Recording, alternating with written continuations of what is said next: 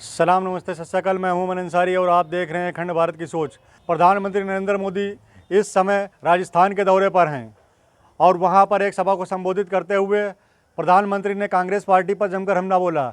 सारी खबर आपको विस्तार से बताएंगे, लेकिन उससे पहले हमारी आपसे गुजारिश है, हमारे यूट्यूब चैनल अखंड भारत की सोच को लाइक शेयर सब्सक्राइब करना ना भूलें तथा साथ में लगे हुए बेल आइकन को ज़रूर प्रेस कर दें, जिससे हमारी आने वाली हर वीडियो सबसे पहले आप तक पहुंच जाए। प्रधानमंत्री ने एक सभा को संबोधित करते हुए कहा कि यहाँ पर कांग्रेस की सरकार है और कांग्रेस की सरकार लोगों के हितों की रक्षा नहीं करती। राजस्थान के लोगों की कोई चिंता नहीं है कांग्रेस सरकार को। यहाँ पर विधायक, मंत्री और मुख्यमंत्री आपस में ही लड़ रहे हैं।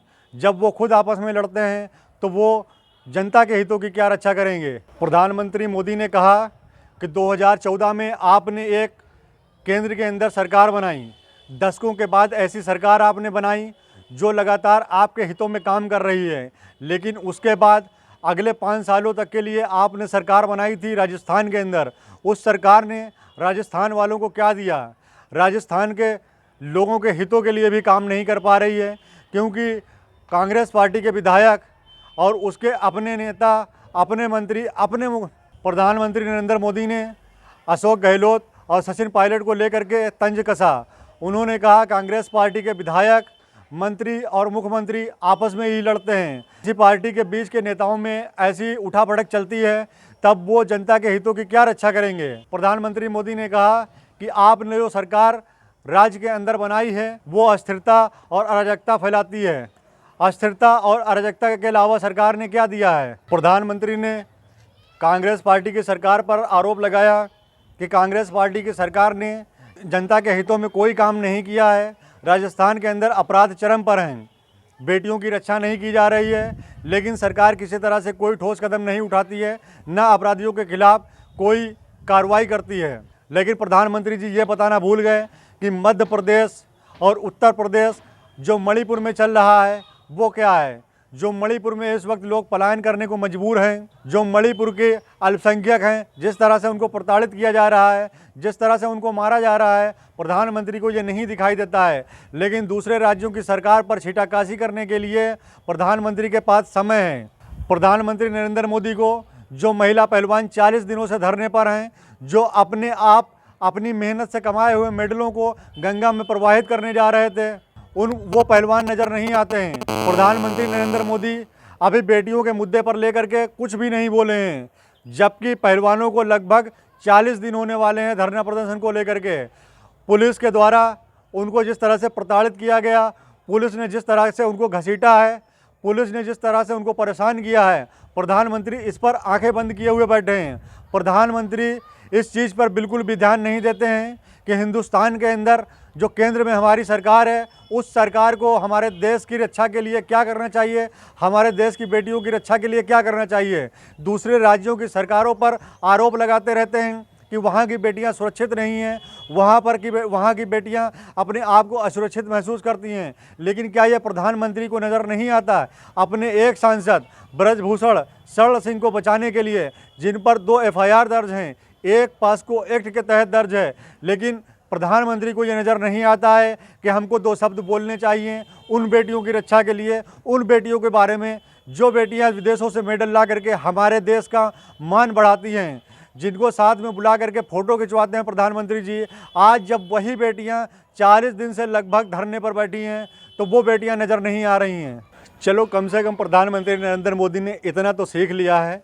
कर्नाटक विधानसभा में जिस तरह से भारतीय जनता पार्टी को कांग्रेस के हाथों से पराजय झेलनी पड़ी है, उसमें कम से कम प्रधानमंत्री नरेंद्र मोदी ने इतना समझ लिया है कि अब हम किसी भी राज्य में अगर चुनाव होंगे, वहाँ पर प्रचार प्रसार करेंगे तो कम से कम जो मुद्दे हैं वहाँ की जनता के, जो मुद्दे हैं वहाँ की जनता के, जो परेशानियां हैं वहाँ की जनता को, हम उन मुद्दों को उठाएंगे, उनके बीच में उन मुद्दों को रखेंगे।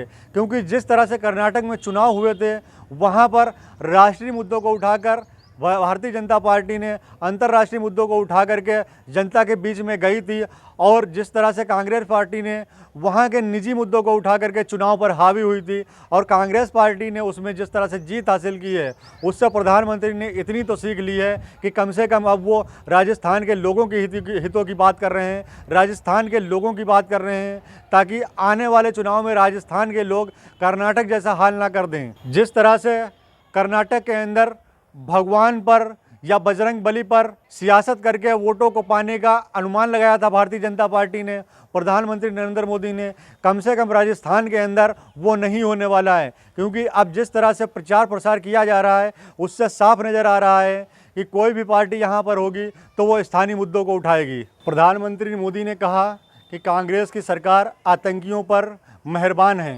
राजस्थान के अंदर जिस तरह से आतंक मचा हुआ है, जिस तरह से आतंक फैलाया जा रहा है, यहाँ पर गहलोत सरकार ने या कांग्रेस पार्टी की सरकार ने उनको खुली छूट दे रखी है। लेकिन प्रधानमंत्री ये भूल गए हैं कि उनके अपने सांसद, उनके अपनी पार्टी के सांसद ब्रजभूषण शरण सिंह, जिन पर 2 FIR भी दर्ज हैं, एक पॉस्को एक्ट के तहत दर्ज है, उन पर 2 शब्द नहीं बोल सकते हैं।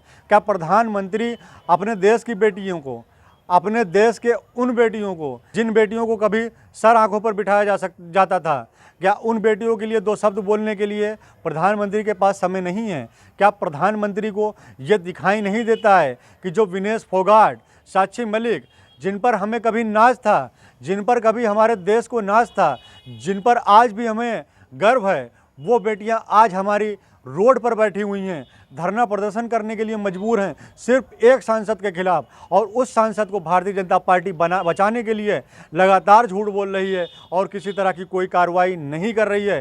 क्या हमारी देश की ये बेटियां आगे चल करके अपने देश का मान नहीं बढ़ाती?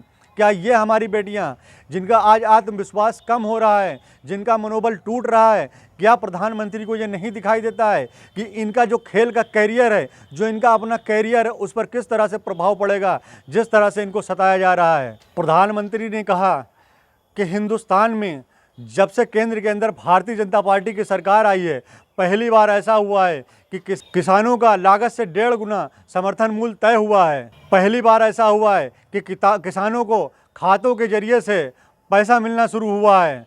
पहली बार हिंदुस्तान में ऐसा हुआ है, किसानों को इनाम के रूप में मंडी मिली है। पहली बार बीमा फसल योजना से 1.25 लाख करोड़ मुआवजा मिला है। ऐसा पहली बार हुआ है। ऐसा पहली बार हुआ है 11 करोड़ किसानों को 2.5 लाख करोड़ रुपए मिल चुके हैं भारतीय जनता पार्टी की सरकार में। लेकिन प्रधानमंत्री जी ये बताना भूल गए कि ऐसा पहली बार हुआ है कि हिंदुस्तान में जिस तरह से नोटबंदी की गई है, जिस तरह से लोगों को लाइन में लगाया गया है, पहली बार यह प्रधानमंत्री जी बताना भूल गए हैं। जिस तरह से भारतीय जनता पार्टी की सरकार में बेटियों को सताया जा रहा है, बेटियों का उत्पीड़न किया जा रहा है, पहली बार जिस तरह से धरना प्रदर्शन देश के अंदर शुरू हुए हैं, पहली बार ये सारी बातें बताना भूल गए हैं प्रधानमंत्री जी। ऐसा पहली बार हुआ है जब देश की पहलवान बेटियां अपना मेडल जो अपनी मेहनत से जीत करके लाई थी, उसको गंगा में बहाने के लिए मजबूर हैं। ऐसा पहली बार हुआ है हिंदुस्तान के अंदर। राजस्थान के अंदर एक बार फिर से चुनाव नज़दीक हैं, चुनाव का वक्त बहुत ही कम बचा है।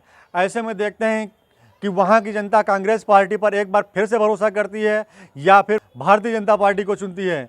क्योंकि जिस तरह से अभी भारतीय जनता पार्टी 9 साल में किए गए कार्यों को लोगों के बीच पहुंचाने का काम कर रही है, ऐसा लगभग किसी भी सरकार ने आज से 70 सालों में नहीं किया है। जिस तरह से भारतीय जनता पार्टी अपने द्वारा किए गए 9 साल में कार्यों को गिना रही है, आज तक किसी भी सरकार ने ये कदम नहीं उठाया था कि अपने द्वारा किए गए कार्यों को जन जन तक पहुंचाती फिरे। क्योंकि जो काम किया जाता है वो काम धरातल पर दिखाई देता है और जनता उसको वोट देती है और सपोर्ट करती है।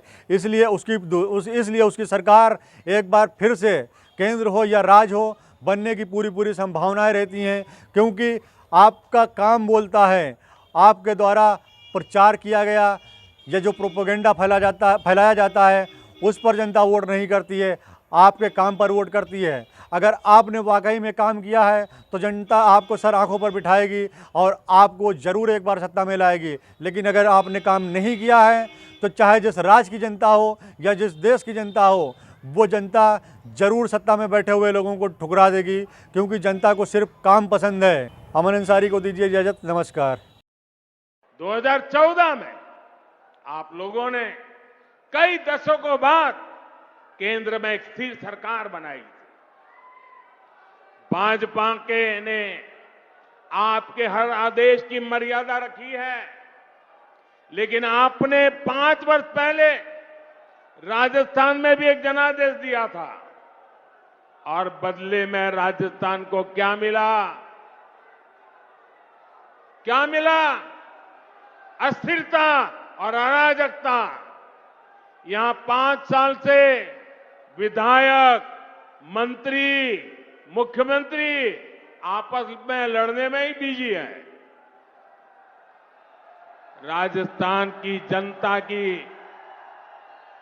कांग्रेस को कोई चिंता नहीं है। राजस्थान में अपराध चरम पर है। लोग अपने तीज त्योहार तक शांति से नहीं मना पाते।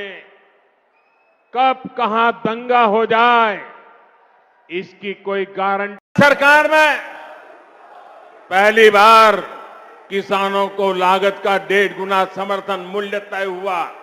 पहली बार किसानों को बैंक खाते में उनकी उपज का पैसा मिलना सुनिश्चित हुआ। पहली बार किसानों को इनाम के रूप में राष्ट्रीय मंडी मिली है। पहली बार किसी फसल बीमा योजना से किसानों को 1.25 लाख करोड़ रुपए से अधिक का मुआवजा मिला है। पहली बार अभियान चलाकर किसानों को बीजों की 2000 नई वैरायटी दी गई है। पहली बार पशुपालकों को, मछली पालकों को उसको किसान क्रेडिट कार्ड की सुविधा मिली है। पहली बार यूरिया की कालाबाजी रुकी है। नीम कोटिंग होने का फायदा किसानों को मिला है। पहली बार किसानों को लिक्विड नैनो यूरिया जैसा मेड इन इंडिया उत्पाद मिला है। पहली बार अभियान चलाकर देश के 11 करोड़ किसानों को 11 करोड़ से अधिक सॉइल हेल्थ कार्ड दिए गए हैं। पहली बार किसानों के लिए पीएम किसान सम्मान निधि जैसी योजना शुरू हुई है। इसके तहत अभी तक 11 करोड़ किसानों को करीब 2.5 लाख करोड़ रुपए मिल चुके हैं। साथियों, ये बीजेपी की सरकार है जिसने गेहूं और धान की खेती के अलावा भी किसानों को आय के दूसरे साधनों पर और ज्यादा काम किया है।